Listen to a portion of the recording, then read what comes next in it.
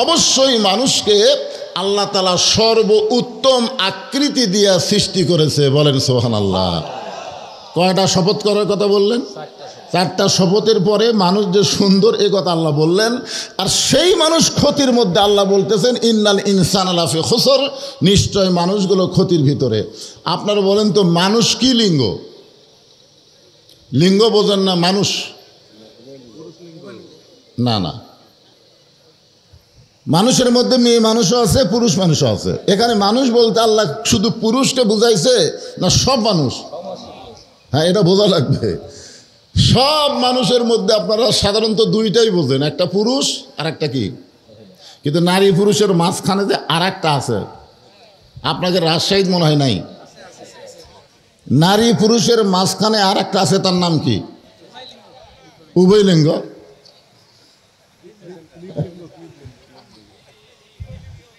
তৃতীয় লিঙ্গ। হ্যাঁ, আর একটা বলছে তৃতীয় লিঙ্গ। আমাকে একজন প্রশ্ন করছে, হুজুর পুরুষ মানুষ মারা গেলে আমরা 3 কাপড় দেই, মেয়ে মানুষ মারা গেলে আমরা 5 কাপড় দেই, তো হিজড়া মরলে কয় কাপড়? বিশ্বাস করেন আমি যে এরকম বয়স হয়েছে আজ পর্যন্ত আমি কোনো হিজড়া মরা দেখিনি, আমি দেখিনি। আচ্ছা আপনারা দেখছেন? এরা কি মরে না নাকি? না গোটা বাংলাদেশে নাই নাকি? কি আমি তো বেকুব হয়ে গেলাম যে পুরুষ মানুষ মারা গেলে 3 কাপড় দেয়, মেয়ে মানুষ মারা গেলে 5 কাপড় দেয়, তাহলে হিজড়া মরলে কয়টা দিবে? আমি তো মরা দেখিনি, না দেখে এখন বলবো কেমনে?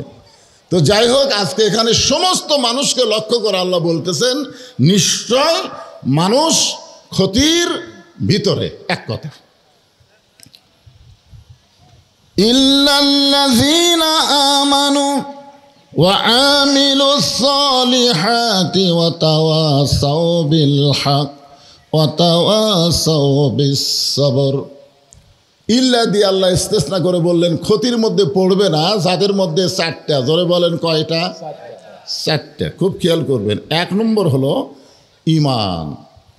আমাদের বাংলাদেশে মুসলমানের সংখ্যা ভালোই আছে, শতকরা 92% মুসলমান, কিন্তু শতকরা ঈমানদার কয়জন? আপনারা বলেন তো, অজু ভঙ্গের কারণ আছে না নাই? নামাজ ভঙ্গের কারণ আছে না নাই? রোজা ভঙ্গের কারণ আছে না নাই? ঈমান ভঙ্গের কারণ কি? আমরা অনেকেই ঈমান ভঙ্গের কারণ জানি না, যার কারণে যে আমরা মুসলমান দাবি করেও বেঈমান হয়ে আছি, অনেকেই এটা বুঝবার পারতেছি না। জোরে কোন কথা ঠিক কিনা?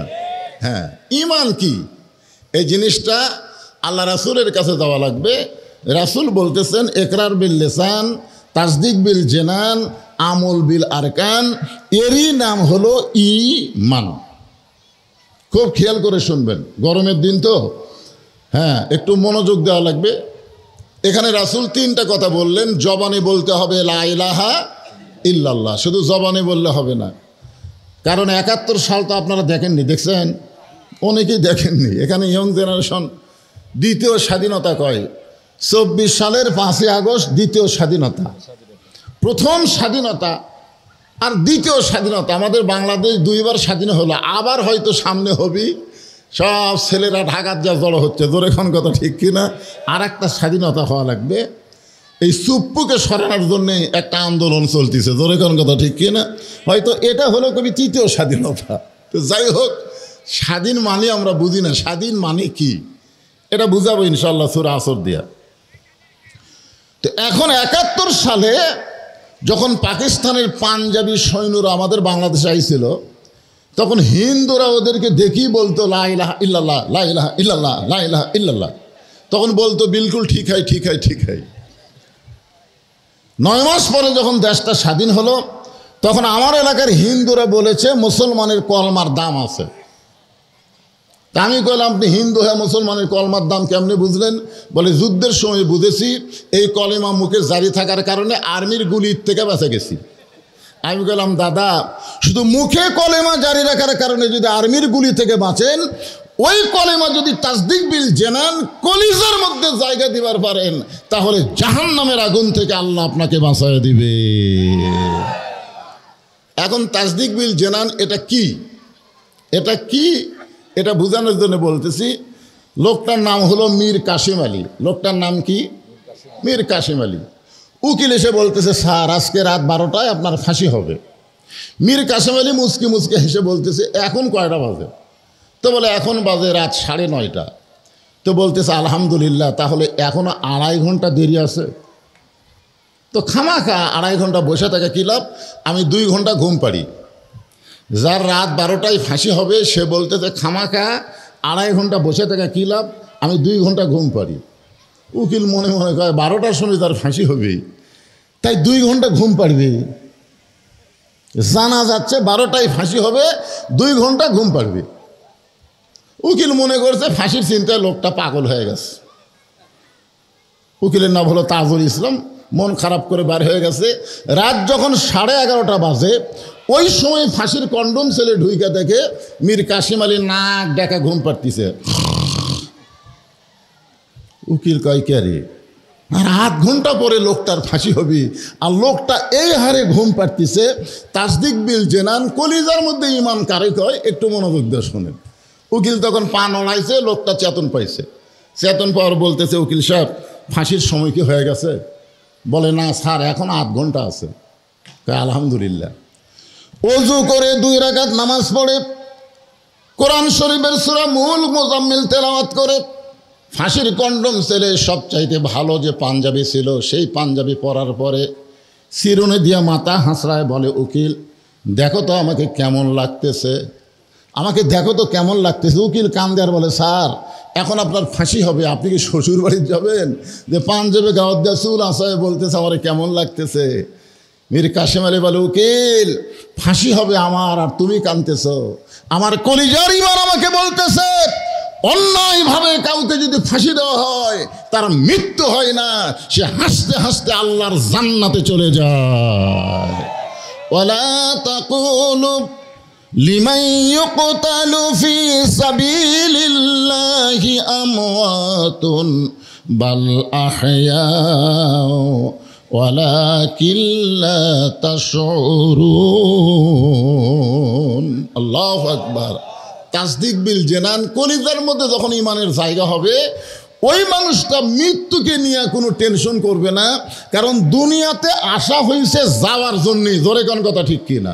আমরা দুনিয়াতে কি থাকার জন্যই না যাওয়ার জন্যে? কার কার থাকার ইচ্ছা আছে? যত মশানেরই বাসা তৈরি করেন আর যত সুন্দর করেই বাড়ি তৈরি করেন, থাকার কোনো বন্দোবস্ত নাই, আসলে যাইতেই হবে। জোরে কোন কথা ঠিক? যাওয়া লাগবেই। এই জন্য আল্লাহ বলতেছেন, লা তামুতুন্না, মৃত্যুবরণ করো না, ইল্লা ওয়া আনতুম মুসলিমুন, যতক্ষণ মুসলমান না হবে। মুসলমান হয়ে মরে দেখো, তোমাদের দেহ যাবে কবরে, তোমাদের রুহুর কোনো কবর হবে না। তোমাদের রুহুকে আমি ইল্লিন নামক জান্নাতের বাগানে রাইখা দেব। মুসলমান হয়ে মরা লাগবে। মুসলমান হয়ে মরবার গেলে তাসদিক বিল জেনান, কলিজার মধ্যে ইমানের দরকার আছে না নাই? এরপর আল্লাহ নবী বললেন, আমল বিল আরকান, ইমান অনুযায়ী আমল করা লাগবে। আপনারা বলেন তো, ইমান অনুযায়ী আমল করবার গেলে 1 নম্বর আমলের নাম কি? পিছন থেকে এক ভাই কইছে নামাজ, এই ভাই কইছে সালাত।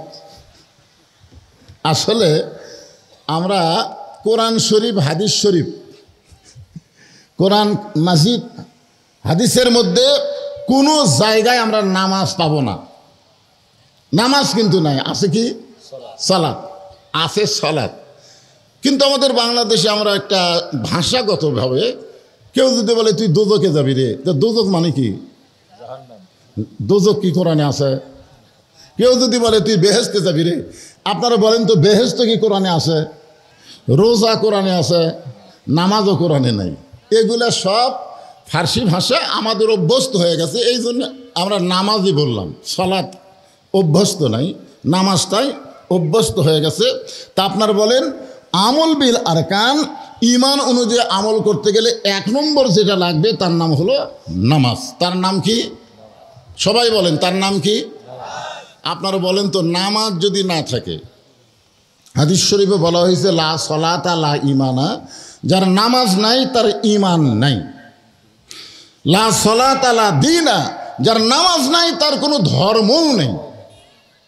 বাইনাল আবদি ওয়াল কুফরি তরকুস সালাত, বান্দা আর কাফেরের মধ্যে পৃথক করার জিনিসটার নামই হলো নামাজ।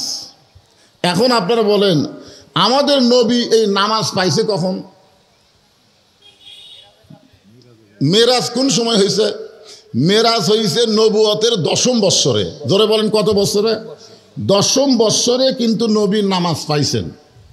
কিন্তু নবী হিজরত করেছেন কত বছরে? 13 বছরে। কত বছরে? 13 বছরে। তাহলে নামাজ পাওয়ার পরেও নবী কয় বছর মক্কা ছিলেন?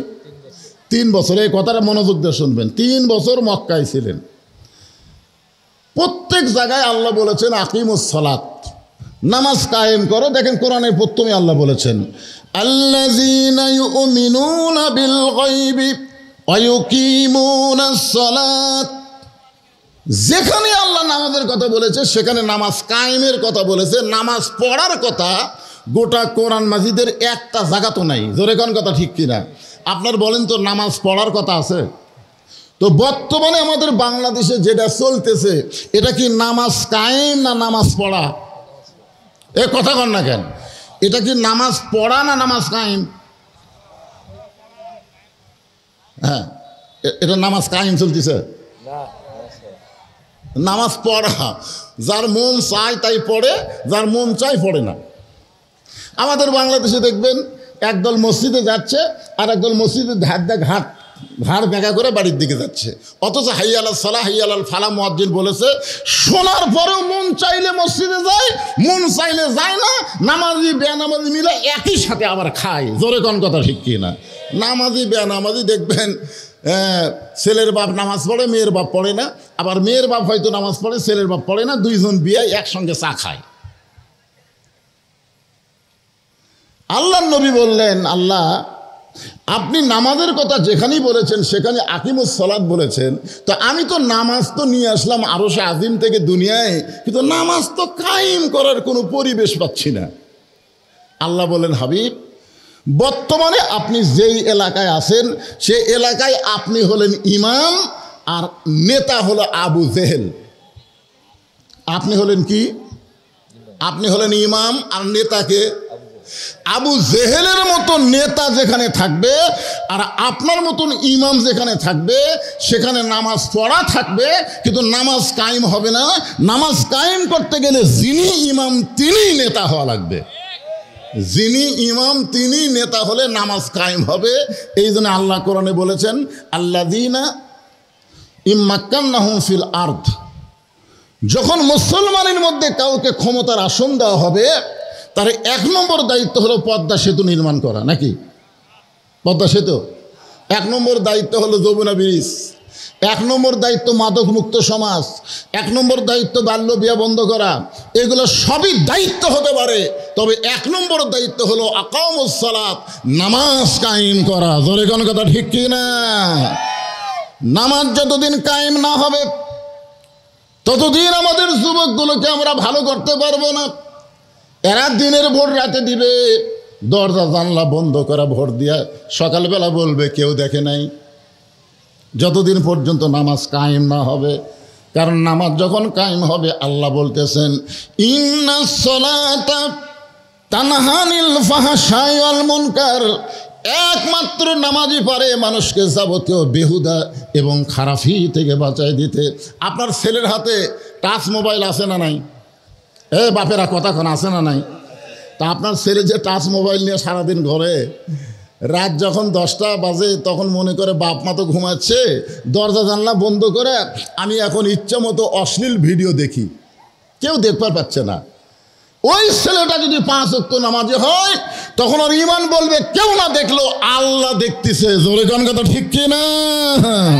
তাহলে আপনার ছেলেকে ভালো রাখতে গেলে 1 নম্বর যেটা লাগবে তার নাম হলো নামাজ। যেরকম 1 নম্বর কি লাগবে? নামাজ লাগবে। এই জন্য রাসূল বলেছেন 7 বছর থেকে নামাজের তালিম দাও, 10 বছর থেকে জোর করে নামাজ ধরাও। এখন হয়তো অনেকে বলবেন হুজুর আমাদের ছেলে 5 ওয়াক্ত না পড়ে হুজুর, কিন্তু জুম্মা পড়ে। আপনারা বলেন তো নামাজের কথা যেখানে বলা হয়েছে সেখানে লা সালাতা লা ঈমানা, এটা কি জুম্মার নামাজ না 5 ওয়াক্ত? আল্লাহ রাসূল যে মেরাজে গেছিলেন, মেরাজে গেলে রাসূলকে আল্লাহ কয় ওয়াক্ত নামাজ দিয়েছেন? আরে বাবা, আমরা নবীর কাছে পাচ্ছি কয় ওয়াক্ত সেটা কোন? তো সেটা কোন 50। খালি আসর মাগরিব এশা এই 3 ওয়াক্ত একটু তাড়াতাড়ি হয়। আসর কিছুক্ষণ পরে মাগরিব, কিছুক্ষণ পরে এশা, তাই আমরা বিরক্ত হয়ে যাই। কিন্তু এত তাড়াতাড়ি নামাজ, একটা শেষ না হতে আর একটা। আসলে 50 ওয়াক্ত নামাজ হতো, 24 ঘন্টার মধ্যে 50 ওয়াক্ত নামাজ পড়লে আমাকে সংসার করা যেত। তা আমরা যেটা পাইছি সেটা কোন? আপনারা বলেন তো, জুম্মার নামাজ ফরজ হয়েছে, এটা কখন ফরজ হয়েছে? জুমার নামাজ এটা কিন্তু আরশের নামাজ না। এই যে ছেলেরা জুম্মা মারতেছে, কয় হুজুর আমাকে মসজিদে মুসল্লি আটতেছে না হুজুর, মসজিদ দোতলা করা লাগছে। হায় হায়, দোতলা তাই আটে না হুজুর, তে এত মুসল্লি তোমাকে রে, ফজরের খবর কি? যেদিন জুম্মার নামাজের মতন মুসল্লি ফজরের নামাজে হবে, সেদিন বাংলাদেশে নামাজ কায়েম হবে। জোরে কোন কথা ঠিক কি না? মনে করেন আল্লাহ খুশি হয়ে রাহমাতুল আলামিন, না আল্লাহ হচ্ছে লা তাকনাতু মির রাহমাতিল্লাহ, ইন্নাল্লাহা ইয়াগফিরুয যুনুবা জামিআ ইন্নাহু হুয়াল গাফুরুর রহিম। আল্লাহর দয়ার কোনো শেষ আছে? তো আল্লাহ বলতেছে হাসরের ময়দানে, এই যারা 5 ওয়াক্ত নামাজ পড়ো নাই, শুধু জুমার নামাজ পড়েছ, আমি আল্লাহ তাদেরকে জান্নাত দিয়ে দিলাম, যাও। তখন জুম্মা পার্টিটা খুশি হবি, বুঝলেন? হায় হায় রে, খালি জুম্মা পড়ছি, সবার শেষে যাই আগে যাচ্ছি, তাই আল্লাহ আমাকে জান্নাত দিল। এক দৌড়ে জান্নাতের কাছে গিয়ে দেখবে বিশাল একটা তালা। তা আল্লাহ জান্নাত তো দিলেন, তালা কেন? আল্লাহ বলে খুঁজা দেখ, চাবি তোর কাছে আছে। তখন খুঁজা দেখবে একটা চাবি আছে, তালার মধ্যে ঢুকে ঠিকই, কিন্তু চাবি ঘোরে না, ঢুকছে ঘোরে না। তো বলে আল্লাহ ঘোরে না তো? কয় পাগলা, তালার মধ্যে 5টা দাগ আছে, তোর চাবির মধ্যেও 5টা দাগ থাকা লাগবে, দাগে দাগে মিল হবে, কুট্টুস করে খুলে দেবি। তখন আল্লাহ এটা কিসের দাগ? বলে এই 5টা দাগ হলো 5 ওয়াক্ত নামাজ। বলে আমরা তো 5 ওয়াক্ত পড়িনি, খালি জুম্মা পড়ছি। আল্লাহ তখন বলবে জান্নাত দেখে ফেরত আয়। যারা শুধু জুম্মা মারতেছে এরা জান্নাত হয়তো দেখবার পারবে, কিন্তু ঢুকবার পারবে না। জান্নাতে ঢুকতে গেলে ফালিয়াবুদু রাব্ব হাযাল বাইত আল্লাযী আত'আমাহুম মিন জু'ইন ওয়া আমানাহুম মিন খাউফ। আল্লাহু আকবার। নামাজ আল্লাহ বলতেছেন, ওই ঘরের মালিকের যারা গোলামি করবা, আমি আল্লাহ তোমাদেরকে 2টা পুরস্কার সঙ্গে সঙ্গে দিব। 1 নম্বর পুরস্কার হলো তোমাদের রেজেকের কোনো পেরেশানি থাকবে না, রেজেক নিয়ে তোমাদের চিন্তা করা লাগবে না। আর 2 নম্বর হলো যাবতীয় ভয় থেকে, ওই ভারতের অ্যাটম বোম, ওই আমেরিকার অ্যাটম বোম, অমুকের হাইড্রোজেন বোমা, কোনো বোমার ভয়, কোনো কিছুর ভয় তোমাদের কলিজায় থাকবে না। পুরাপুরি নিরাপত্তা আমি আল্লাহ শুধুমাত্র নামাজের মাধ্যমে দিয়া দিব। এখন আসেন, গরমের দিন তো খুব লম্বা করা যাবে না, সূরা আসরের 4টা পয়েন্ট আপনাদের সামনে ওয়াজ করা লাগবে। তো এখন ওয়ামিলুস সলিহা আপনার ধরে নিলেন, পুরুষের জন্য 1 নম্বর নেক আমল হলো নামাজ। জোরে কেন 1 নম্বর নেক আমল কি? সবাই বলেন 1 নম্বর নেক আমল কি? আর নারীদের জন্য 1 নম্বর নেক আমল, এটা আর জোরে কয় না। নারীদের জন্য 1 নম্বর নেক আমল কিন্তু নামাজ না। কারণ কোনো মেয়ে মানুষ যদি 7 ওয়াক্ত নামাজ পড়ে, 7 ওয়াক্ত বোঝেন, চাষ পড়ে, তারপরে ইশরাক পড়ে, 5 ওয়াক্ত নামাজ পড়ে, তাহাজ্জুদ মারে, কিন্তু পর্দা করে না। যেরকম সাবেক প্রধানমন্ত্রী বলতেছে আমি তাহাজ্জুদ পড়ি, জোরে কোন কথা ঠিক কিনা? তাহাজ্জুদ স্বামী ওসমান কয় আমিও তাহাজ্জুদ পড়ি 70 রাকাত। যাই হোক, আমি আপনাদের বলতেছি যে মেয়েদের জন্য 1 নম্বর নেক আমলের নাম কি? পর্দা। একদিন আল্লাহর নবী ফাতেমার ঘরের মধ্যে গেলেন, মায়েরা অনেক আইছে, মেয়েদের কোনো ওয়াজ হয় না। এক মেয়ে যাচ্ছে আর বলতেছে একটা বক্তা আমাকে ওয়াজ করে না, কি কি সব হয়ে যায়। কারণ আমাদের মাগুলো যদি ভালো না হয়, আমরা মরদগুলো যতই ভালো হয় কাম হবে না। কারণ একটা ভালো সন্তান নিবার গেলে একটা ভালো মায়ের দরকার। জোরে কোন কথা কন না কেন? একটা ভালো মা যদি না হয় ভালো সন্তান কেমনে হব? এই জন্যে মায়ের। আল্লাহর নবী ফাতেমার ঘরের মধ্যে গিয়ে বললেন, ফাতেমা তুমি শুনলে খুশি হবে, শুধুমাত্র আল্লাহর পর্দা মানার কারণে আল্লাহ তোমাকে জান্নাতি নারীদের নেত্রী হিসাবে ডিগ্রি দিয়েছে। সাইদাতুন নিসাই আহলিল জান্নাহ ফাতেমাতুজ জোহরা। এত ছোট মানুষ, এটা কার রে? এতে হেরে গেল, এখনই হেরে গেল।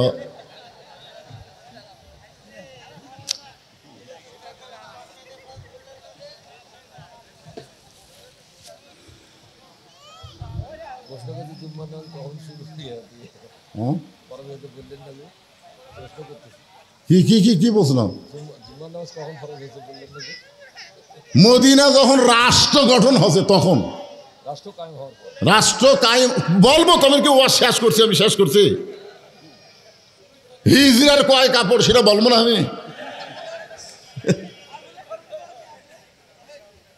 সব ওয়াজ করে তারপর চলে যাবো। সুবহানাল্লাহ। ফাতেমা খুব খুশি হয়ে গেছে, সেই খুশি। মায়েরা একটু মনোযোগ দেওয়া শোনেন, আপনাদের ওয়াজ শুরু হয়ে গেল। আল্লাহ রাসূল বললেন, ফাতেমা তুমি জান্নাতীদের নেত্রী হলে কি হবে? আল্লাহ তোমার আগে একজন মেয়েকে জান্নাত দিবে। যেই বলছে তোমার আগে একজন মেয়েকে জান্নাত দিবে, সঙ্গে সঙ্গে ফাতেমার মনটা ভার। রাসূল বললেন, আল্লাহ তোমাকে জান্নাতীদের নেত্রী বানাছে, কিন্তু তুমি নেত্রী হলে কি হবে? তোমার আগে একটা মেয়েকে আল্লাহ জান্নাত দিবে। ফাতেমা মন ভার করে বলতেছে, বাবা আল্লাহ আমাকে জান্নাতীদের নেত্রী বানালো, কিন্তু আমার আগে একটা মেয়েকে জান্নাত কেন দিবে? মেয়েদের মধ্যে একটু হিংসা আছে, কিন্তু নাই? আছে না নাই? আছে। যেরকম হাসিনা প্রধানমন্ত্রী হওয়ার পরে খালেদা শাশুড়ি যদি বেঁচে থাকে, কারণ এই যদি বেঁচে থাকে তাহলে তো যে কোনো সময় আবার দেখেন তো হাসিনা কিভাবে গেল আর খালেদা কিভাবে গেছিল লন্ডনে, আবার কিভাবে ফেরত আসলো। কত মানুষ তাকে সাদর সম্ভাষণা জানালো, সম্মান দেওয়ার মালিককে। তো ইজ্জুমান তাশা ও তুজিল্লুমান তাশা বিয়াদিকাল খায়র ইন্নাকা আলা কুল্লি শাইইন কদির। এটা হাসিনা বোঝেইনি। একসময় হাসিনা বলতেছে, আমি আর্মির বাড়ির থেকে কেন বার করছি? এই সব অহংকারী কথা বলছে। এটা মেয়ে মানুষের মধ্যে বেশি হয়। আমার বড় মেয়ে মাছের তরকারি পাক করে আমাকে খাবার দিয়েছে, তা আমি খাচ্ছি, মেয়েটা আমার সামনে ঘুর ঘুর করে ঘুরতেছে। আমি বুঝবার পারছি আমার মেয়ে কিছু শুনবার চায়, তাছাড়া ঘরে কেন। তাই বললাম, মা বাংলাদেশে বহু জায়গা তো ওয়াজ করছি, মা এত সুন্দর মাছের তরকারি কেউ দেয়নি, মনে হয় মধু। তখন মেয়েটা আর এক টুকরো আমার দিছে। আমি মেয়েদের মুখে হাসি ফুটায় যখন খাচ্ছি, তাকাই দিকে ওর মাও খালি গাল ফুলে বসে আছে।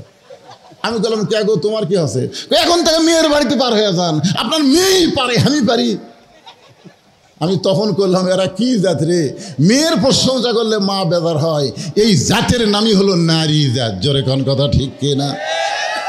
ফাতেমা বললেন, বাবা কোন আমলের কারণে যে মেয়েটা আমার আগে জান্নাতে যাবে, ওই মেয়েটার বাড়ি কোথায়, মেয়েটার পরিচয় কি?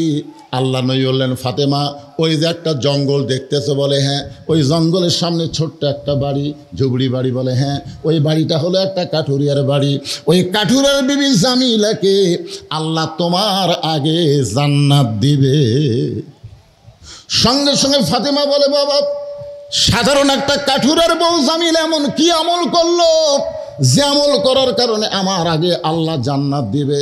রাসূল বললেন, ফাতেমা কোন আমলের কারণে আল্লাহ তোমার আগে তাকে জান্নাত দিবে যদি তুমি জানবার চাও, তাহলে তদন্ত করে জেনে নাও। পরের দিন আসরের নামাজের পরে ফাতেমা চুপি চুপি পর্দানিশি ফাতেমা চুপি চুপি জামিলার বাড়ির দরজায় জামিলা জামিলা বলে ডাকতেছে। জামিলার দরজায় যেই বলতেছে, আমারে কে ডাকেন? বলে, আমি নবীর মেয়ে ফাতেমা, তোমার বাড়িতে একটু ঢুকবার চাই। জামিলা ছোট্ট বাচ্চার মতন কান্দের, বলে, আমার সারা জীবনের সাধনা ছিল একটা বারের জন্য নবীর মেয়েকে দেখা। ফাতেমা বলতেছে, তাহলে কান্দার কি দরকার? দরজা খুললেই তো আমার সঙ্গে তোমার দেখা হবে। জামিলা বলতেছে, আমি দরজা কেমনে খুলবো? আমার স্বামী এখন বাড়িতে নাই, আর স্বামীর হুকুম ছাড়া নবীর মেয়ে ফাতেমার জন্যে দরজা খুলতেও আমি বড় ভয় পাই। ফাতেমা চমকে উঠছে, ওরে বাবা রে, একটা মেয়ে মানুষের সাথে একটা মেয়ে মানুষ দেখা করবে, এখানেও বলে স্বামীর হুকুম লাগবে। তাও সাধারণ মেয়ে না, নবীর কলিজার টুকরা ফাতেমা। জামিলা বলতেছে, আজকের মতো আপনি ফেরত যান, আগামীকাল এই সময় আসা মাত্রই আমি দরজা খুলে দেব, কারণ আমার স্বামী কাঠ বিক্রি করে যখন বাড়িতে আসবে স্বামীর কাছ থেকে আমি হুকুম নিয়ে রাখবো। স্বামী যদি হুকুম দিয়ে দেয় আগামীকাল আসা মাত্রই আমি দরজা খুলে দেব। ফাতেমার আগ্রহ বেড়ে গেল। যে মেয়েটা স্বামীর হুকুম ছাড়া ফাতেমার জন্য দরজা খুলবে না, এই মেয়েটার বাড়ির মধ্যে আমার ঢুকতেই হবে।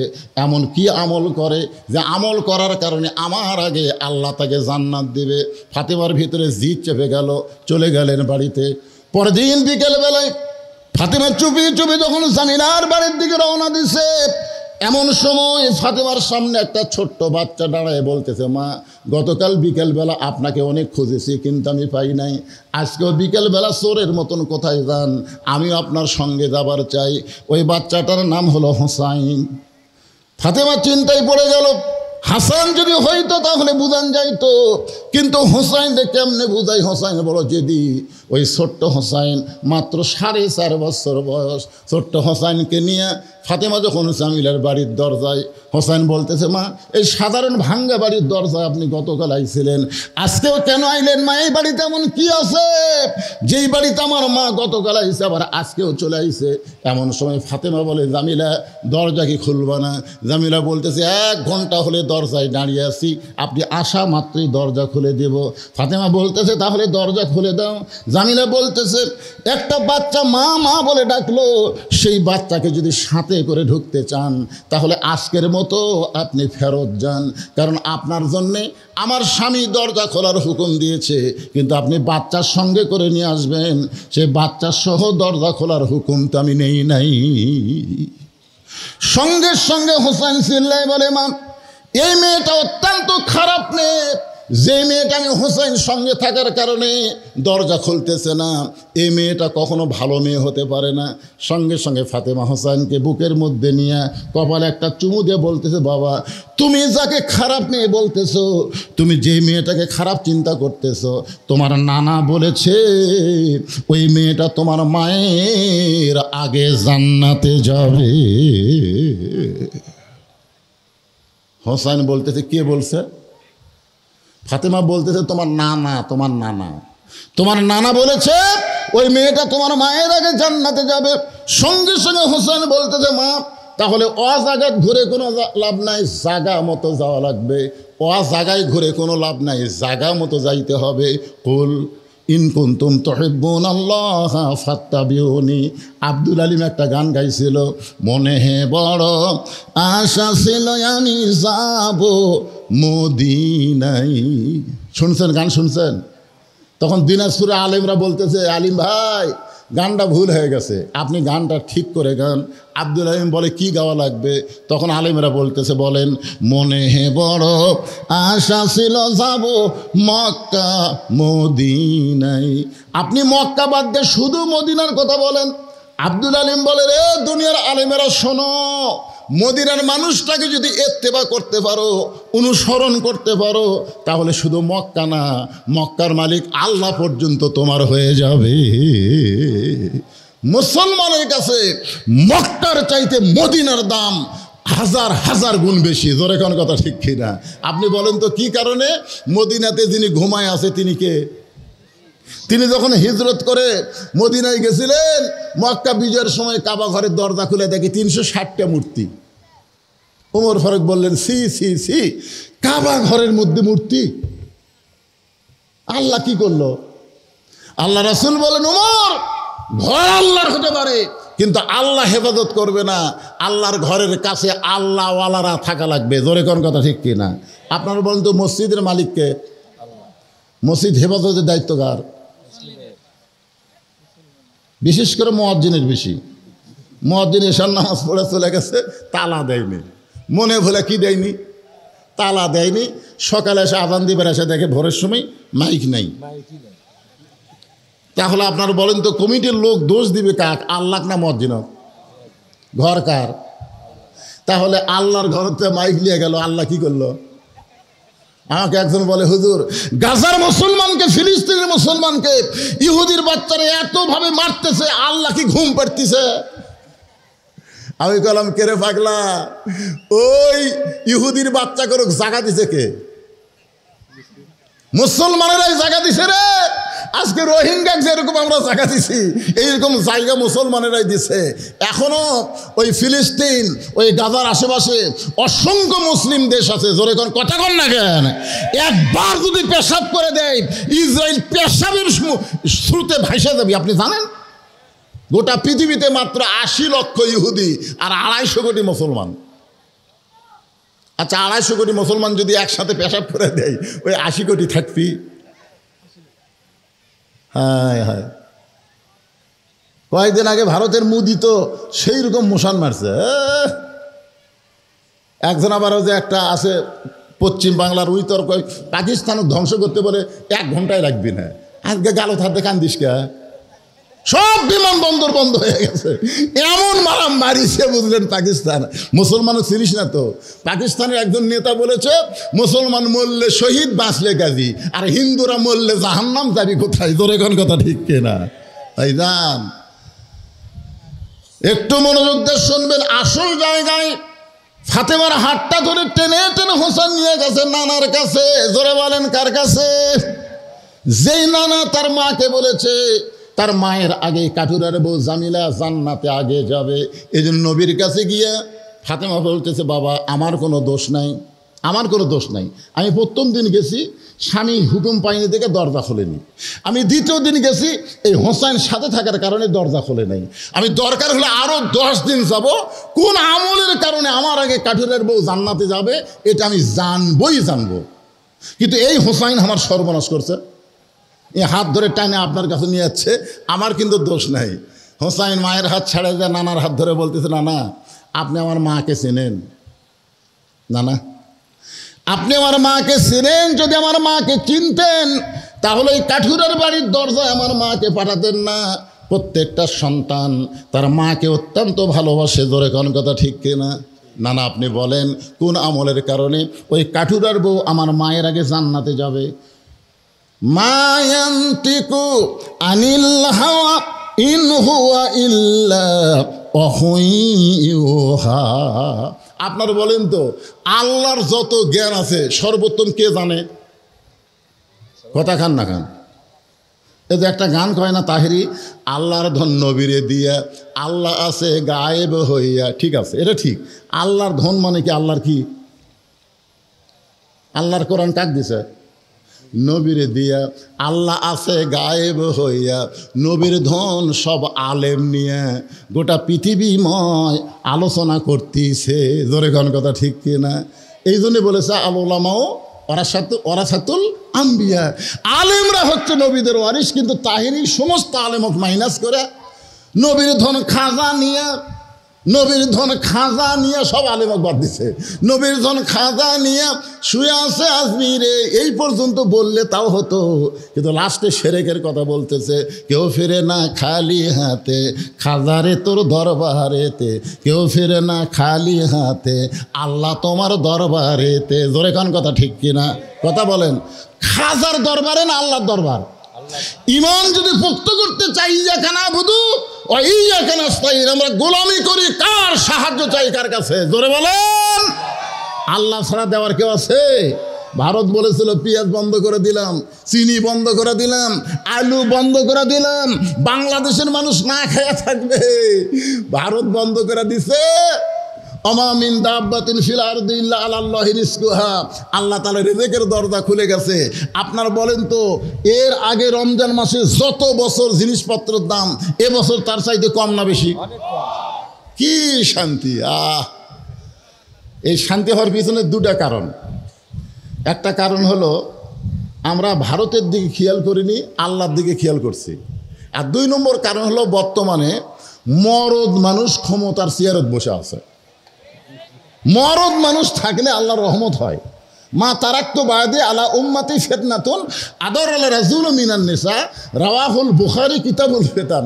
বুখারী শরীফের কিতাবুল ফিতান অধ্যায়ে আল্লাহ রাসূল বলেছেন, আমার পরে আমার উম্মতের জন্য সবচাইতে বড় বিপদ হলো মরদ মানুষের জন্য নারী নেত্রী হওয়া। এই নারী নেত্রী যতদিন আমাদের বাংলাদেশে ছিল, আমরা দুর্নীতিতে চ্যাম্পিয়ন, অভাব অনটন, জিনিসপত্রের দাম বেশি। ধরে কোন কথা ঠিক খেয়ে না? এখন থেকে আমাদের স্লোগান হলো, মেয়া মানুষের দিন শেষ, মরদ মানুষের বাংলাদেশ। জোরে কোন কথা ঠিক কিনা? কি রাজি? তাহলে একটা স্লোগান দেন তো, মেয়ে মানুষের দিন শেষ, মরদ মানুষের, মরদ কন না পুরুষ মানুষ কন, আমাদের বউরাত কয় মরদ মানুষ। আহারে, আর রেজালু কাওয়ামুনা আলান নিসা, পুরুষেরা থাকবে ওপরে আর আমরা মেয়ে মানুষকে উপর দিয়ে আমরা তলে শুয়ে বসে আছি। আল্লাহ নবীর হাতটা ধরে বলে, না না, কোন আমলের কারণে সাধারণ একটা কাঠুরের বউ আমার মায়ের আগে জান্নাতে যাবে, এটা না বলা পর্যন্ত আমি আপনার হাত ছাড়ব না। এভাবে হোসাইন নানার হাত ধরেছে, নবীর হাত কিন্তু ধরেনি। ধরছে কার হাত? কথা কয় না। আমাদের কাছে নবী, হোসাইনের কাছে নবী। নবী যদি হতো তাহলে না আমাদের শেষদাত গেলে পিঠের উপর চড়াল, চল ঘোড়া চল, চল ঘোড়া চল, চল ঘোড়া চল বলে পারতো। কারণ নানা আছে, নানার হাত ধরে বলতে যতক্ষণ না বলবেন আমি হাত ছাড়তেছি না। সঙ্গে সঙ্গে নবী ডাক দেয়, আলী রে, আলী। তো হযরত আলী দৌড়ে এসে বলে, লব্বাইকা রাসূলুল্লাহ। দেখ, আমি এখন রসুল নাই, আমি তোর শ্বশুর, আর তুই আমার জামাই। লাঠি ধরছে হাত, মেয়ে আছে দাঁড়ায়। এখন এই ঘরের মধ্যে আমরা কে? আমি শ্বশুর, তুই জামাই, আমার মেয়ে আর লাঠি। এই লাঠি হাত ধরে বলতেছে, কোন আমলের কারণে কাঠুরে বউ জামিলা তার মায়ের আগে জান্নাতে যাবে, এটা না বলা পর্যন্ত আমার হাত ছাড়বে না। আলী বলতেছে, জোরে ধর হাত, আরো জোরে ধর। নবী বলতেছেন, কেন? তো কে আগে জান্নাতে যাবে এটা মরদ মানুষ কন, মেয়ে মানুষ কবর গেছেন কেন?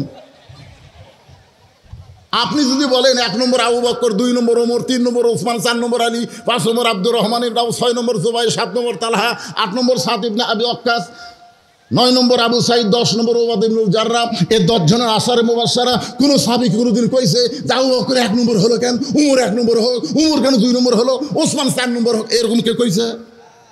মরদ মানুষের ধান্দা হলো জান্নাত পালি হলো। আর আপনি মেয়ে মানুষের কাছে কবর গেছেন, অমুকের আগে অমুক জান্নাত যাবি, তো এই হবি। আল্লাহ রাসূল বলেন, আলী, সেই দিন তোমাকে নিষেধ করেছিলাম, আজকে তোমাকে বলার হুকুম দিলাম, তুমি মেহেরবানি করে বলে দাও। এবার আলী বলতেছেন, ফাতেমা, কোন আমলের কারণে কাঠুরের বউ জামিলা তোমার আগে জান্নাতে যাবে, তুমি কি শুনবার চাও? ফাতেমা বলতেছে, 100 বার শুনবার চাই। আলী বলতেছেন, শুনবার গেলে ধৈর্য ধারণ করা লাগবে, কারণ এক মেয়ের প্রশংসা আর এক মেয়ের সামনে করা যায়। মেয়ের তো দূরের কথা, আপনি প্রশংসা যদি হুরেরও করেন বইয়ের কাছে, খালি করে দেখেন। কোনোদিন একদিন একটু হুরের প্রশংসা বইয়ের কাছে করে দেখেন, বউ কি করে খালি দেখতেন। কোনো মেয়ে মানুষের প্রশংসা তো করাই যাবে না, খালি হুরের প্রশংসা করছি আমার বইয়ের কাছে। আল্লাহ যদি আমাকে জান্নাত দেয়, হুরের নাক হবে এইরকম, চোখ হবে এইরকম, তারপরে হুরের রং, গায়ে রং এইরকম। কিছুক্ষণ পরে আমার বউ দেখি বালুস বগলের মধ্যে নিয়ে চলে যাচ্ছে। আমি কোথায় যাও? বলে হুর নিয়ে থাকেন, আমার কি দরকার। সেদিন থেকে আমি তওবা করছি, জীবনে বইয়ের কাছে আর হুরের গল্প করব না। আল্লাহ যা দেয় দেখ, কিন্তু হুরের গল্প আর বইয়ের কাছে করা যাবে না। আলী বললেন, ফাতেমা, একটু ধৈর্য ধারণ করা লাগবে। ফাতেমা বললেন, ইন্নাল্লাহা মা'আস সাবিরিন, ধৈর্যশীলদের সঙ্গে কে থাকে? সূরা আসরের 4 নম্বর বিষয় হলো ওয়াতাওয়াসাউ বিস সবর। আছে না নাই? আমি কিন্তু 2 নম্বরের ওপর ওয়াজ করতেছি, ও আমিলুস সালিহাত। পুরুষের জন্য 1 নম্বরে নেক আমল হলো নামাজ, আর নারীদের জন্য 1 নম্বর হলো পর্দা। এইটা নিয়ে ওয়াজ করতেছি। এখন খেয়াল করে আলী বলতেছেন, ফাতেমা, তোমার কি মনে আছে একদিন দুপুর বেলায় তুমি আমার কাছে এসে কান্না শুরু করে দিলে? আমি বললাম, ফাতেমা, কান্দো কেন? তুমি তখন কইলে হাসান হোসেন না খাইয়া ঘুমায় গেছে, ঘুম থেকে চেতন পাইলে খাবার চাবে, গোটা বাড়ি খুঁজে দেখি খাবার কোনো ব্যবস্থা নাই। ওগো স্বামী, আপনার পকেটেও কোনো টাকা নাই যে আপনি খাবার কিনবেন, তাই বাধ্য হয়ে এই ওন্নাটা আপনার হাতে দিলাম। এই ওন্নাটা বিক্রি করে যেই টাকা হবে সেই টাকা দিয়ে হাসান হোসেনের জন্য একটু খাবার কিনে আনবেন। আলী বলে, ফাতেমা, তোমার ওন্নাটা আমি জামার পকেটের মধ্যে নিয়ে বাজারে গেলাম, জামার পকেটে নিয়ে বাজারে ঘুরতেছি, কিন্তু আমার মন বলতেছে, আলী রে, ওন্নাটা বিক্রি করবার গেলে খরিদ্দার যদি জিজ্ঞাসা করে কার ওন্না, তুই যদি বলিস আমার বইয়ের ওন্না, তাহলে খরিদ্দার মনে মনে চিন্তা করবে, পুরুষ মানুষ বইয়ের জিনিস যখন বেচা খায় ওই পুরুষটা হলো দুর্বল পুরুষ। আলী বলতেছেন, ফাতেমা, তোমার ওন্না পকেটের মধ্যে নিয়ে গোটা বাজার ঘুরতেছি, কিন্তু পকেট থেকে ওন্না বের করার বিক্রি করার সাহস পাচ্ছি না। এমন সময় এক খরিদ্দার আমার সামনে এসে আমার সালাম দেয়া বলে, আলী ভাই আপনি মনে হয় কিছু বিক্রি করবেন। আমি আলী আশ্চর্য হয়ে গেলাম, পকেটের ওন্নার খবর আল্লাহ আর আলী ছাড়া কেউ জানে না। আর খরিদ্দার বলতেছে আপনি মনে হয় কিছু বিক্রি করবেন। আমি তাকায় দেখি খরিদ্দারের একটা ব্যাগ আমার সামনে ফাঁক করে ধরেছে। আমি পকেট থেকে ওন্না বের করে যখন ব্যাগের মধ্যে দিলাম, ওই খরিদ্দার ব্যাগের মাথাটা ধরে একটাবার ওন্নার দিকে তাকাইলো না। আমার হাতে 6টা দেরহাম দিয়ে খরিদ্দার চলে গেল। আলী বলে, ফাতেমা ওই 6টা দেরহাম নিয়ে আমি এক দৌড়ে দোকানদারের কাছে গিয়ে বললাম, ভাই আমার হাসান হোসেন না খাইয়া ঘুম পাড়তেছে, ঘুম থেকে চেতন পাইলে খাবার জন্য বায়না ধরবে। এই 6টা দেরহামের যা খাবার হয় সেই খাবারটা আমাকে একটু তাড়াতাড়ি টোপলা করে দাও। দোকানদার তাড়াতাড়ি টোপলা করে যখন আমাকে খাবার দিবে, আমি পকেট থেকে 6টা দেরহাম দোকানদারকে দিব। এমন সময় একজন ফকির আমার সামনে এসে কান্দের বলে, আলী আজকে 3 দিন হলে আমার বাড়িতে কোনো খাবার নাই, মেহেরবানি করে আমাকে একটু সাহায্য করো। আমি আলীর এত রাগ হয়ে গেল, আমি 6টা দেরহামের খাবার টোপলা নিব, আর এমন সময় ফকির আমার সামনে দাঁড়িয়ে গেছে। আমি মনে হয় ফকির কিন্তু বলতে চাই, এমন সময় আল্লাহর কোরআন আমার সামনে এসে বলতেছে, আম্মা সাইলা ফালা তানহার, আলী রে সায়েলকারীর সঙ্গে খারাপ ব্যবহার করিস না। আলী বলে, ফাতেমা আল্লাহর কোরআনকে সম্মান দিয়ে আমি মনে মনে নিয়ত করলাম একটা দেরহাম ফকিরকে দান করব, আর 5টা দেরহামের খাবার নিয়ে বাড়িতে যাব। এই মনে করে পকেট থেকে একটা দেরহাম যখন ফকিরকে দিবার চাই, এমন সময় আল্লাহর কোরআন আমাকে বলতেছে, ওমা তুনফিকু মিন শাইইন ফি সাবিলিল্লাহি ওয়াফা ইলাইকুম ওয়া আনতুম লা তুজলামুন। আলী ফকিরকে যদি একটা দেরহাম দান করিস, আল্লাহ তোকে 10টা দেরহাম ওয়াফা ইলাইকুম ফিরাই দিবে। তুই যদি ফকিরকে 2টা দেরহাম দেস, আল্লাহ তোকে 20টা দেবে। যদি 6টা দেরহাম ফকিরকে দান করিস রে আলী, আল্লাহ তোকে 60টা দেরহাম ফেরত দেবে। আলী বলে, ফাতেমা আল্লাহর কোরআনকে বিশ্বাস করে ফকিরকে 6টা দেরহাম যখন দান করে দিলাম, ফকির হাসতে হাসতে যখন চলে গেল, দোকানদার বলতেছে, আলী ভাই আপনার সন্তান বলে না খাইয়া ঘুমায় গেছে, খাবার টোপলা কিনবেন। 6 দেরহামে টোপলা করলাম, সেই টোপলা না নিয়ে আপনি সব টাকা ফকিরকে দিয়ে দিলেন, তাহলে টোপলা কি করব? আলী বলতেছেন, আমার টোপলা দিয়ে হবে না, 2 বস্তা খাবার প্যাকেট কর। দোকানদারকে 2 বস্তা খাবার প্যাকেট করতে বলে হয়তো আলী বাজারের মধ্যে ঘুরতেছেন, মনটা বড় ভার, আবার কোরআনের প্রতি অগাধ বিশ্বাস। জোরে গান সুবহানাল্লাহ। আল্লাহ বলেছেন, ওয়াফা ইলাইকুম ওয়া আনতুম লা তুজলামুন। গোটা বাজারের মধ্যে হযরত আলী ঘুরতেছে, এমন সময় রাস্তা দিয়ে এক ব্যক্তি উট নিয়ে আসতেছে। আসার সময় আলীকে ডাক দিয়ে বলে, আলী ভাই অযথা বাজারে ঘুরে কোনো লাভ নাই, এই উটটা কি আপনি কিনবেন? আলী বলতেছে, একটা পয়সাও আমার পকেটে নাই, আমি উটটা কেমনে কিনবো? উটওয়ালা বলতেছে, 100 দেরহামে উটটা বাকি কিনবেন, বিক্রি করে আপনি আমাকে টাকা দিবেন, আপনি কি বাকিও কিনতে পারবেন না? আলী বলতেছেন, ফাতেমা জীবনে এত বড় সুযোগ আমি কোনোদিন পাই নাই, 100 দেরহামে বাকিতে উটটা কিনলাম। উটটা কিনে যখন উটের বিক্রির বাজারে গেলাম, চারিদিক থেকে খরিদ্দার আমাকে ঘিরে ধরে বলতেছে, আলী ভাই আপনি শিক্ষামন্ত্রী কবে থেকে এই উট বেচা কেনা শুরু করলেন? নবী যখন মদিনা রাষ্ট্রপতি ছিলেন, ওই সময় হযরত আলী হচ্ছেন শিক্ষামন্ত্রী। ধরে কোন সুবহানাল্লাহ। আবু বকর যখন মদিনার খলিফা ছিলেন, ওই সময় শিক্ষামন্ত্রী ছিলেন হযরত আলী। ওমর ফারুক যখন মদিনার খলিফা ছিলেন, ওই সময় শিক্ষামন্ত্রী হলেন হযরত আলী। ওসমান গনি যখন মদিনার খলিফা হলেন, ওই সময় শিক্ষামন্ত্রী হলেন হযরত আলী। আরে খলিফা পরিবর্তন হয়, কিন্তু শিক্ষামন্ত্রী পরিবর্তন হয় না। জোরে কোন সুবহানাল্লাহ। আজকে বাংলাদেশে আলীর মতো যদি একটা শিক্ষামন্ত্রী আমরা পাইতাম, তাহলে প্রাইমারি ভিক্ষা করে চালান লাগতো, এ মাদ্রাসা ভিক্ষা করা লাগতো না। কারণ আল্লাহ রাসূল বলেছেন, খায়রুকুম মান তাআল্লামা কোরআন ওয়া আল্লামা। ওই ব্যক্তি সবচাইতে সম্মানী যে আল্লাহর কোরআন শিখেছে এবং অপরকে কোরআনের শিক্ষা দেয়। আজকে আগডম বাগডম ঘোরাডম সাজে, ঢাক ঢোলক ঝাঁঝর বাজে, এই মিথ্যা শিক্ষা দিয়ে মাস গেলে 50,000 টাকা বেতন পায়। আর জালিকাল কিতাবু লা রাইবা ফিহি হুদাল লিল মুত্তাকিন। আল্লাহর কোরআন শিক্ষা দিয়ে ভিক্ষা করা ছাড়া কোনো বেতন নাই। এই জন্য আগামী ইলেকশনে যাকে তাকে শিক্ষামন্ত্রী বানালে হবে না। শিক্ষামন্ত্রীর মধ্যে সব ধরনের শিক্ষা, বিশেষ করে ওহীর জ্ঞান, কোরআনের শিক্ষা তার মধ্যে থাকতে হবে। জোরে কোন কথা ঠিক কথা বলেন। তা আপনি শিক্ষামন্ত্রী হয়ে এই উটের ব্যবসা কবে ধরলেন? আলী বলতেছে আচ্ছা বিপদে পড়লাম রে। এক খরিদ্দার এসে বলতেছে ভাইজান আপনার মতন আলেম মানুষ এরকম উঠলে বাজারে আসা ঠিক হয়নি, দাম কত নেবেন? তা আলী বলতেছে দাম চাবো না, তুমি দাও। তো বলতেছে হিসাব করে 160 দিরহাম দিলাম। যে 160 দিরহাম দিয়েছে উটালের 100 দিরহাম ফেরত দিয়ে বাকি 60টা দিরহাম নিয়ে দোকানে গিয়ে বলতেছে খবর কি? বলে 2 বস্তা খাবার প্যাকেট করেছি। বলে দাম কত হবে? বলে 60 দিরহাম দিলেই চলবে। আলী ওই 60টা দিরহাম দিয়ে 2 বস্তা খাবার কান্দে নিয়ে যেই মাত্র বাড়ির দরজায়, আগে দরজা ভিড়ানো ছিল, এবার দরজায় খিল আটকে গেল। আলী বলতেছে ফাতেমা দরজা খোলো। ফাতেমা বলতেছে খোলাই ছিল, কিন্তু কান্দের উপর 2 বস্তা দেখে আটকে গেল। আপনি অন্য বিক্রি করার টাকা দিয়ে বড় ধরে 1 টোপলা খাবার পাবেন, 2 বস্তা খাবার কোথায় পেলেন? যতক্ষণ না বলবেন ততক্ষণ দরজা খুলবো না। দরকার হলে হাসান হোসেন না খেয়ে মরবে, কিন্তু কোথায় 2 বস্তা খাবার পেলেন? অন্য বিক্রি করার টাকা দিয়ে বড় জোরে 1 টোপলা হবে, 2 বস্তা কান্দত করে নিয়ে যাচ্ছেন, কোথায় পালেন আগে কম। আলী বলতেছে ফাতেমা আগে দরজা খোলো তারপরে বলবো। ফাতেমা বলতেছে আগে বলেন তারপরে দরজা খুলবো। আলী বলতেছে ফাতেমা খুব ওজন লাগতেছে, তো আগে দরজা খোলো তারপরে বলবো। ফাতেমা বলতেছে না, আগে বলেন তারপরে খুলবো। এমন সময় আল্লাহর কোরআন বলতেছে আর রেজালু কাওয়ামুনা আলান নিসা। আলী রে পুরুষ থাকবি নারীদের উপরে। ফাতেমা দরজা না খোলা পর্যন্ত তুই যান বলিস না। ফাতেমা বলতেছে আপনি না বলা পর্যন্ত আমি খুলবই না।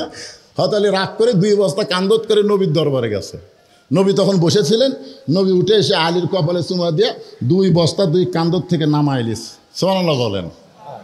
আলী মুখ ভার করে, রাসূল বলে আলী তোমার কপালে চুমা দিয়ে 2 বস্তা কান্দত থেকে নামা নিলাম, তারপরে তোমার মুখ ভার কেন? বলে আপনার মেয়ে ভালো না, আপনি ভালো। এটা আসা মাত্রই কপালে চুমা দিয়ে 2 বস্তা কান্দত থেকে নামে নিলেন, আর এতবার বললাম আপনার মেয়ে দরজা খুললো না। রাসূল বলে আলী যদি আমার মেয়ে দরজা খুলতো তুমি কি আমার কাছে আসতে? আলী বলতেছে না, দরজা খুললে আবার আসবো কেন? এই জন্যে আমার মেয়ে দরজা খোলেনি। কারণ কি জানো? আলী বলতেছে রাসূলুল্লাহ কি কারণ? রাসূল বলেন 1 নম্বর কারণ হলো কোন খরিদ্দার তোমার কাছ থেকে ফাতেমার ওড়না কিনেছে, তুমি কি সেই খরিদ্দারকে চেনো? আলী বলতেছে আমি চিনি না।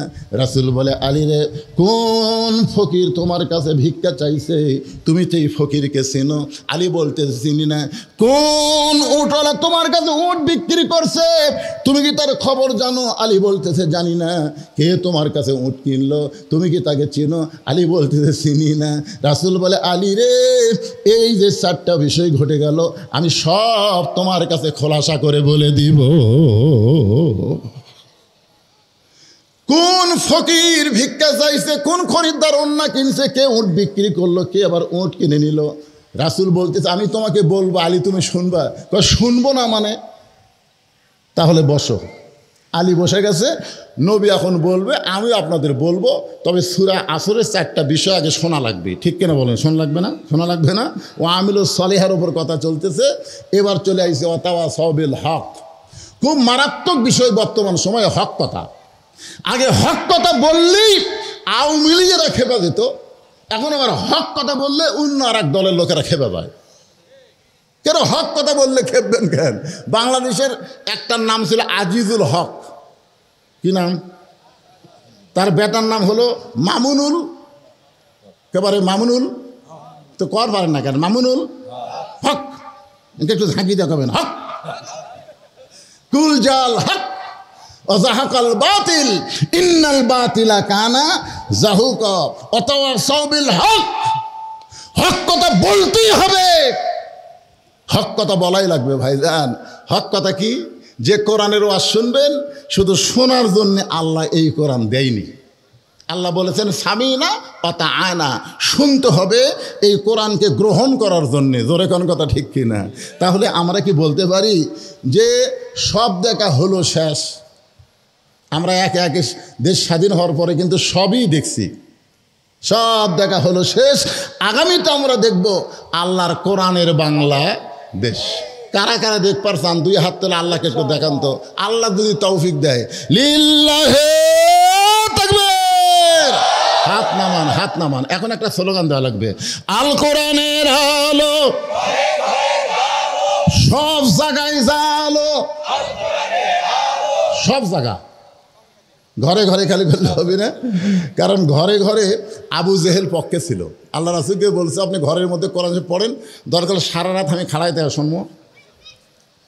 আজ আমাদের বাংলাদেশে আপনি কোরআনের মাহফিলে কোরআনের ওয়াজ করেন, মসজিদে কোরআন তেলাওয়াত করেন, মাদ্রাসাত কোরআন পড়ান, কোনো সমস্যা নাই। কিন্তু এই কোরআন নিয়ে যদি সব জায়গায় যাবার চান, তখন 3 শ্রেণীর মানুষ আপনার বিরুদ্ধচারণ করবে। কয় শ্রেণীর?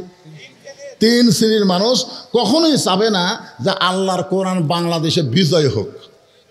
এক শ্রেণী হলো যারা আবু জেহেলের মতন রাষ্ট্রীয় ক্ষমতা দখল করে থাকবে, তারা কোনো সময় চাবে না আবদুল্লাহর বেটার নেতৃত্ব চলুক, নেতা হবে আবু জেহেল, নবীকে নেতা হওয়ার দেবে না। এরকম রাষ্ট্রীয় শক্তি তারা কোনো সময় চাবে না আল্লাহর কোরআনের বিজয় হোক। জোরে কোন কথা ঠিক কিনা? 2 নম্বর হলো পুঁজিপতি। জোরে কোন কি পতি? পুঁজিপতি। শতকরা 2.5 টাকা জাকাত দেওয়া লাগবে। আপনার না হয় 1000 টাকা আছে, আপনি 25 টাকা দিতে কিছু মনেই করতেছেন না, কিন্তু 1 লাখ টাকা থাকলে 2,500 দেওয়া লাগবে। 1 কোটি টাকা থাকলে 2.5 লাখ দেওয়া লাগবে। 100 কোটি টাকা থাকলে 2.5 কোটি টাকা দেওয়া লাগবে। 1000 কোটি টাকা থাকলে 25 কোটি টাকা দেওয়া লাগবে। আর যার 10,000 কোটি টাকা আছে, আপনারা বলেন এই বাংলাদেশে 1000 কোটি টাকার উপরে কমপক্ষে 10,000 ধনী লোক আছে, 10,000-এর বেশি ধনী লোক আছে। এই ধনী লোক যদি শতকরা 2.5 টাকা জাকাত দিবার চায়, যদি জাকাত দেওয়ার জন্য বাধ্য করা হয়, বাংলাদেশে কোনো গরিব থাকবে না। জোরে কোন কথা ঠিক কিনা? কিন্তু ওরা চাবে না যে আল্লাহর কোরআন বিজয় হোক, কারণ কোরআন বিজয় হলে সুদ বন্ধ হবে, জাকাত ভিত্তিক অর্থনীতি চালু হবে। পুঁজিপতিরা এটা কোনো সময় চাবে না। জোরে কোন কথা ঠিক কিনা? আর এক শ্রেণী হলো যারা ধর্মলিয়া ব্যবসা করতেছে। ধর্মলিয়া ব্যবসা করা বোঝেন না? আমার দয়াল বাবার দরবারেতে কেউ ফিরে না খালি হাতে। আসে না নাই? সব তাকত করে গরু টরু নিয়ে আমাদের বগুড়া থেকে যাচ্ছে। কে বাবা কোথায় যাচ্ছেন? হুজুর দোয়া করবেন, বাবার দরবারে যাচ্ছি। কে তোর বাপ নাই? তুই যে বাবার দরবারে গরু নিয়ে যাস, তোর কি বাপ নাই? ওই বুড়া বুড়ি বাঁচে আছে, আর বাপকে বুড়া বুড়ি বানাচ্ছে, আর 18 শিরক বানাচ্ছে বাবা। এই সময় সমস্ত মাজারপন্থীরা, পীর পূজারীরা কোন সময় চাবে না আল্লাহর কোরআন বিজয় হোক, কারণ কোরআন বিজয় হলে ওগুলো ধান্দা ধর্ম ব্যবসার চলবে না। ধরে কোন কথা ঠিক কিনা? আতাওয়াসাউ বিল হক, এই হকের উপর কথা বলে লাস্টে হবে আতাওয়াসাউ বিস সবর।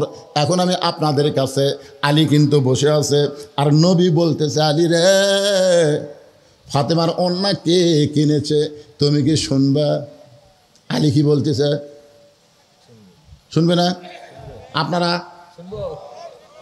কিন্তু একটা কথা এখানে আমি কিন্তু বলছি, ওমা তুনফিকু মিন শাইইন ফি সাবিলিল্লাহি ওয়াফা ইলাইকুম ওয়া আনতুম লা তুজলামুন। হযরত আলী কিন্তু নিজের হাসান হোসেন না খেয়ে ঘুম পাড়তেছে, ঘুমোর থেকে উঠাই খাবার চাবি, কিন্তু যখন কোরআন সামনে সে বলতেছে আম্মা সাইলা ফালা তানহার ওমা তুনফিকু মিন শাইইন, তখন হযরত আলী কিন্তু ওই বাচ্চাকের দিকে খেয়াল করেনি, আল্লাহর কোরআনকে খেয়াল করে যা ছিল সব আল্লাহর রাস্তায় দান করেছে পাবার আশায়। এখন আপনাকে কি সেই বিশ্বাস হয়? আলী তো শুনবি, আপনারাও শুনবেন, কিন্তু আপনাকে কি বিশ্বাস হয় যে আপনার দান করলে আবার ফেরত পাবেন? ওয়াফা ইলাইকুম, আল্লাহ ফিরাইয়ে দিবে, এটাকে আপনাদের বিশ্বাস হয়? কার কার বিশ্বাস হয়? আল্লাহকে একটু হাত দেখান তো দেখি। লিল্লাহ আকবার, হাত নামান। আমি মাদ্রাসার জন্যে মাত্র 100টা কোরআন শরীফ বিক্রি করব। এই মাদ্রাসায় আপনাকে এতগুলো মানুষ 100টা কোরআন শরীফ দান করা লাগবে। একটা কোরআন শরীফ মাত্র 500 টাকা। এই টাকা আমি বাকিতে নিব না, নগদ। যার বাপ মা কবরে চলে গেছে, বাপ মার কবরকে জান্নাত বানানোর জন্যে সর্বোত্তম কোন আল্লাহর পাগল একটা কোরআন শরীফ বাবদ এই মাদ্রাসায় 500 টাকা। আলী ফাতেমা পর্দা নিশি, সেই ফাতেমার অন্য দুনিয়ার কোনো মানুষ কিনুক, এটা আল্লাহ পছন্দ করে নাই। তাই আল্লাহ জান্নাত থেকে একটা ফেরেশতাকে খরিদ্দার বানায়া 6টা দিরহাম দিয়া তোমার কাছে ওন্নাটা নিয়া আল্লাহ বর্তমানে জান্নাতে ওন্নাটা যত্ন করে রাইখা দিয়েছে। ওই ফেরেশতা যখন আল্লাহরে অন্না দিয়ে দাঁড়িয়ে আছে। এমন সময় আল্লাহ বলে, ফেরেশতা এখন মানুষের মতন ফকির সাইজে আলীর কাছে যাও। আলী যে 6টা দিরহাম দিয়ে হাসান হোসেনের জন্য খাবার নিবে, ওই খাবার নেওয়ার আগেই ওই 6টা দিরহাম আমি আল্লাহ ফেরত চাই। ফেরেশতা বলে, আল্লাহ অন্য বিক্রি করার টাকা দিয়ে ছেলের জন্য খাবার নিবে, আর ওই টাকা আপনি ফেরত আনতে বলতেছেন। আল্লাহ বলে, লিয়াবলুয়াকুম আইয়ুকুম আহসানু আমালা। ফেরেশতা রে শোনো, আমি সুন্দর আমলের পরীক্ষা করব। আলী কোরআনকে বেশি ভালোবাসে না তার সন্তানকে বেশি ভালোবাসে? রাসূল বলে, আলী রে, ওই ফেরেশতাকে আল্লাহ ফকির বানায় তোমার কাছে পাঠিয়ে দিল। তুমি আল্লাহর কোরআনকে বিশ্বাস করে তাকে 6টা দিরহাম দান করে দিলা। ওই ফেরেশতা 6টা দিরহাম যখন আল্লাহকে দিয়ে কান্দে, আল্লাহ বলে, ফেরেশতা কান্দিস কেন? বলে, কান্দার কারণ হলো আলী খাবার কিনবার পারল না। আল্লাহ বলে, ফেরেশতা একটা উট নিয়ে আলীর কাছে যা, 100 দিরহামে উটটা বিক্রি করবি। ওই ফেরেশতা মানুষ হয়ে উটটা তোমার কাছে বিক্রি করলো, আবার ওই ফেরেশতাকে আল্লাহ খরিদ্দার বানায়া 160 দিরহাম দিয়ে তোমার কাছ থেকে উটটা কিনে নিল। তুমি 6টা দিরহাম দান করার কারণে আল্লাহ তাআলা দুনিয়াতেই তোমাকে 60 দিরহাম ফেরত দিয়া দিল। জোরে কোন সুবহানাল্লাহ। ফাতেমা বলে, স্বামী গো, তাহলে আমার আগে জামিলা কেমনে জান্নাত যাবে? সেইটা তো এখানে কোনো আলোচনা হলো না।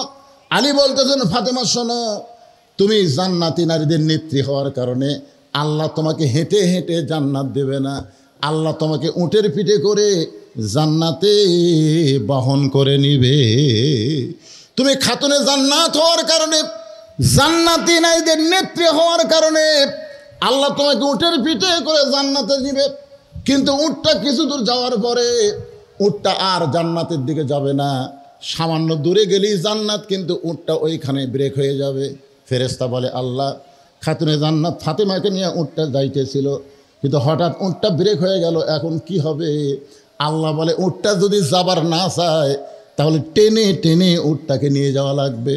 ফেরেশতা বলে, আল্লাহ, উটের তো কিছুই নাই, আমরা কি ধরে টানবো? আল্লাহ বলে, এ ফেরেশতা, ফাতেমার ওন্না কোথায় রাখছো? ওই ওন্নাটা এনে উটের গলায় বেঁধে দাও। আলী বলে, ফাতেমা, তোমার ওন্নাটা উটের গলায় বেঁধে দেওয়া হবে, ওন্নার একটা অংশ নিচের দিকে ঝুলতে থাকবে। ফেরেশতারা বলবে, আল্লাহ, এখন কে উটটাকে টেনে জান্নাতে নিয়ে যাবে? আল্লাহ তখন বলবে, রে জামিলা, কাঠুরার বউ জামিলা, তোমার স্বামী সব সময় আমার কাছে দোয়া করতো, আল্লাহ, আমার যে বউটা স্বামীর হুকুম ছাড়া ফাতেমার জন্য দরজা খোলে না, নবীর মেয়ে ফাতেমার জন্যে আমার হুকুম ছাড়া যে বউটা দরজা খোলে না, আমি সারা জীবন বউকে কিছুই দিবার পারিনি, আমি একটা গরিব স্বামী হয়ে তোমার কাছে দোয়া করি, আমার জামিলাকে তুমি সবার আগে জান্নাত দিও। আলী বলে, ফাতেমা, তুমি নবীর মেয়ে, খাতুনে জান্নাত, আমি কোনোদিন তোমার জন্য দোয়া করিনি, কারণ তুমি তো জান্নাতে যাবেই, কিন্তু স্বামীর দোয়া যে আল্লাহ ফেরত দেয় না, ওই কাঠুরার দোয়া আল্লাহ ফেরত দেয়নি বলে জামিলাকে বলবে, রে জামিলা, ওই আমার খাতুনে জান্নাত ফাতেমার উটটা টেনে টেনে তুমি জান্নাতে নিয়ে যাও। জামিলা এসে ওন্নার আগা ধরে উটটাকে টেনে টেনে নিয়ে যাবে। তুমি ফাতেমা মনে করবা আমি জান্নাতে যাচ্ছি, কিন্তু আল্লাহর কৌশল হলো তোমার পা জান্নাতে পড়ার আগে ওই জামিলার পা জান্নাতে আগে যাবে। সঙ্গে সঙ্গে ফাতেমা চিল্লায় বলে, আল্লাহ, যে মেয়েরা পর্দার মধ্যে থাকবে আর যে মেয়েরা স্বামীর হুকুম মতো চলবে, স্বামীর কথা মতো চলবে, স্বামীকে শ্রদ্ধা করবে, এই সকল মেয়েদেরকে ফাতেমা জামিলার সঙ্গে আল্লাহ জান্নাত দিও। আমার মায়েরা যারা পর্দার অন্তর আছেন, আপনাদের 1 নম্বর আমল হলো পর্দা। পর্দা যদি না থাকে কোনো ইবাদত আল্লাহ কবুল করবে না। আর 2 নম্বর আমল হচ্ছে স্বামীর কথা মতো চলা, নিজের ইচ্ছা মতো চলতে পারবেন না। আল্লাহ রাসূল বলেছেন, আল্লাহর পরে কাউকে যদি সেজদা দেওয়ার হুকুম থাকতো তাহলে প্রত্যেকটা স্ত্রীকে বলতাম স্বামীর পায়ে সেজদা করো, কিন্তু আল্লাহ ছাড়া কাউকে সেজদা দেওয়ার হুকুম নাই। এই কথার দ্বারা আল্লাহ বুঝাই দিলেন, মেয়ে মানুষের কাছে সবচাইতে দামি ওই মহান ব্যক্তি আল্লাহর পরেই হলো তার স্বামী। আপনারা বলেন তো, আমাদের মা বোনদের জন্য ও আজকে কম হচ্ছে না? ঠিক আছে, মাশাল্লাহ। ওই ওরা যাওয়ার সময় বলতেছে, আমার জামাই ওয়াজ করতেছিল, আমি আসতেছিলাম, একটা ওয়াজও করে না, সন্ধ্যার থেকে বসে আছি, মেয়ে মানুষের কোনো ওয়াজই করে না। তা আমি সেদিন মেয়ে মানুষের ওয়াজ করে দিলাম, অতাওয়া সওয়াবিল হকের উপর কথা হয়েছে, এবার শেষ হলো অতাওয়া সওয়াবিল সবর। একটু মনোযোগ দিয়ে শোনা লাগবে ভাইজান। অতাওয়া সওয়াবিল, এই মুরব্বীরা উঠলেন কেন? একটা পয়েন্ট, এই পয়েন্টটা শুনলেই সূরা আসর আপনাকে কমপ্লিট হয়ে যাবে। আপনারা বলেন তো, যে মেয়ের কোনোদিনও বাচ্চা হয়নি, বিয়ে হয়েছে, এবার প্রথম বাচ্চা হবে, ওই কি প্রসব বেদনা বোঝায়? আপনারা বলেন প্রসব বেদনা বোঝায়? কিন্তু প্রসব বেদনা কিন্তু কঠিন একটা ব্যথা। কি বলবো প্রসবের কথা, মা বিনে সেই ব্যথা কেউ তো বুঝিবে না। মাজন ঠেকিয়া সন্তানের দেয়, অকালে মা মারা যায়, কেন সে মায়ের ভক্তি করো না। এমন দরদি ভবে কেউ হবে না আমার মা গো। প্রসব ব্যথা শুরু হয়েছে। আমার বউকে আমি বলছিলাম যে প্রসব ব্যথা যখন তোমাদের শুরু হয় কিভাবে শুরু হয়? তার বউ বলতেছে আপনি মরদ মানুষ, শুনে কি করবেন? আমি বললাম ওয়াজ করি তো, যদি বলা লাগে। তো বলতেছে শোনেন, বাচ্চা বার হবে নিচের দিকে। আপনারা বলেন তো, মেয়েদের বাচ্চা নিচ দিয়ে বার হবে না? কিন্তু ব্যথা কলজা কামড়া ধরে, এত ব্যথা হয়।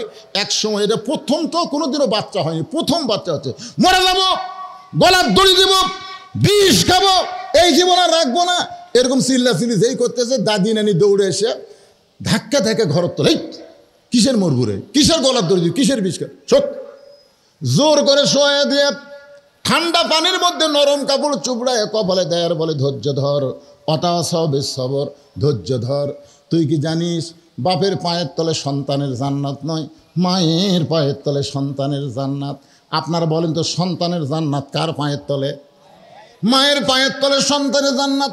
এত অধৈর্য হলে, এত অধৈর্য হলে তুই কেমনে মা হবি?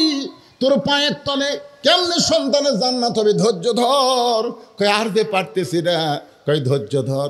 একটু জোরে কান্দার চাই, জোরে কান্দিস না, দাঁতের ওপর দাঁত দিয়ে। জোরে কানলে পাশের বাড়ির লোক শুনতে পাবে যে বাচ্চা হওয়ার সময় মা তাই চিল্লাচিল্লি করছে। দাঁতের ওপর দাঁত দেয়, ধৈর্য ধারণ করে। দাদি আর নানি কী করে? ওই নরম কাপড় চুবড়ায় কভারের ওপর দেয়, ওই দাঁতের ওপর দাঁত দেয়, ধৈর্য ধারণ করে। অতাওয়া সওয়াবিল সবর, ধৈর্য ধারণ করতেছে। কত কষ্ট, নিজেদের রক্ত বের হচ্ছে। এক সময় বাচ্চা ধাইমা টান মারছে, বাচ্চা বের হয়ে গেল, কিন্তু মার আর হুঁশ নাই, মা বেহুশ হয়েছে। এখন মায়ের কি হয়েছে? মা তো বেহুশ অবস্থায় পড়ে আছে। বাচ্চাকে গোসল করায় ওই বাচ্চা যখন মায়ের বুকের উপর দেয়, বাচ্চার দেহের পরশে মা হুঁশ ফিরে পায়। মা হুঁশটা যখন ফিরে পায়, তখন বাচ্চাকে আলগা হাতের উপরে নিয়ে মুখে গলায় চুমা খাই। দাদি নানি বলতেছে, চুমা কেন খাইতেছিস? এরই জন্যে গলার দড়ি দিবার চাইলি, এর জন্য বিষ খাবার চাইলি, এক লাত্তি মারা ফেলা দে, তো তোকে কষ্ট দিয়া দুনিয়াতে আসছে, এক লাত্তি মার, একে চুমা খাস না। মা তখন বলে, দাদি গো, কষ্টের পরে এত শান্তি আমি আগে বুঝি নাই, কষ্টের পরে এত শান্তি এই বাচ্চা যখন বুকের ওপর পাইছি, আমার প্রসব ব্যথা আমি সব ভুলে গিয়েছি। 15.5 বছর হাসিনা কষ্ট দিয়েছে, তার আগে আমাদেরকে কষ্ট দিয়েছে। যারা কোরআনের আন্দোলন করে, কোরআনের বিজয় চায়, অনেকের ফাঁসি হয়েছে, অনেকের জেল হয়েছে। আমি এই পর্যন্ত 9 বার জেলে গেছি। আমাকে রিমান্ডে নিয়ে আমার আঙ্গুল ভেঙে দিয়েছে। এত কষ্ট আমরা সহ্য করেছি, প্রসব বেদনার মতন কষ্ট সহ্য করেছি। কষ্ট সহ্য করে কারো ফাঁসি হয়ে গেল, কারো জেলখানার মধ্যে, আবার ডাক্তার হাসপাতাল নিয়ে গিয়ে হত্যা করা হলো। কোরআনের পাকে আল্লামা সাঈদীকে এত নির্যাতনের পর, এত কষ্টের পরে, মা যেমন সন্তানকে বুকে পাইলে সব কষ্ট ভুলে যায়, আর প্রসবের কোনো কষ্ট থাকে না। আমার সব কষ্ট ভুলে যাব যেদিন আল্লাহর কোরআন দেয়া বাংলাদেশ চলবে, আর বাংলার আকাশে কলেমার পতাকা পথ করে উড়বে। এই জন্য আমাদের ধৈর্য ধরার দরকার আছে না নাই? জোরেগান আছে না নাই? ওয়ালা নাবলুওয়ান্নাকুম বিশাইইম মিনাল খাউফি ওয়াল জুই ওয়া নাকসিম মিনাল আমওয়ালি ওয়াল আনফুসি ওয়াস সামারাতি ওয়াবাশশিরিস সাবিরিন। অবশ্যই আল্লাহ তাআলা অচিরেই আমাদের বাংলাদেশে, গোটা বাংলাদেশ আপনাদের দোয়ায় ঘুরতেছি, যা দেখতেছি আর যা বুঝতেছি, আগামীর দিন হবে আল্লাহর কোরআনের দিন। আল্লাহ কবুল করুক। সকলে বলে আল্লাহুম্মা আমিন। অনেক গরমের মধ্যে ধৈর্য ধারণ করে আপনারা আলোচনা শুনলেন। আল্লাহ আজকের মাহফিল সকলের হেদায়েতের জন্যে, নাজাতের জন্যে, জান্নাতের জন্য আল্লাহ কবুল করো। ওঠেন না ভাইজান, সংক্ষিপ্ত একটা মোনাজাত হবে। আসমানের বালা, জমিনের বালা, কত বালা আছে সামনে, বুঝতেছেন না? 47টা মানে নগদ 45টা পাওয়া গেছে, আর 2 জন ওয়াদা করেছেন এই 47টা কোরআন শরীফের দাম আমরা। আচ্ছা ঠিক আছে, শোনেন একটু পুরো ফেললেন। হিজরা কি? ও হিজরা, শোনেন, হিজরা যদি মেয়ে মানুষের সাথে চলাফেরা করে, হিজরা যদি মেয়েদের সঙ্গে চলাফেরা করে তাহলে 5 কাপড়, আর যদি পুরুষের সাথে চলাফেরা করে তাহলে 3 কাপড়। আর হিজরা কেমনে হয় শোনেন, হিজরা কিন্তু ওই সন্তানের দোষ না, দোষ হলো বাপ মায়ের। মাসিক অবস্থায় কোনো স্বামী জোর করে স্ত্রীর সাথে যদি মিলন করে, ওই মিলনের মাধ্যমে যদি বাচ্চা পেটে আসে, কনসেপ্ট হয়, সেই বাচ্চা হিজরা হয়। আমার কথাটা বুঝলেন? আল্লাহ পাক আমাদের বুঝ মোতাবেক আমল করার তৌফিক দেখ। জি কি সেটা বলেন মামাই বলেন।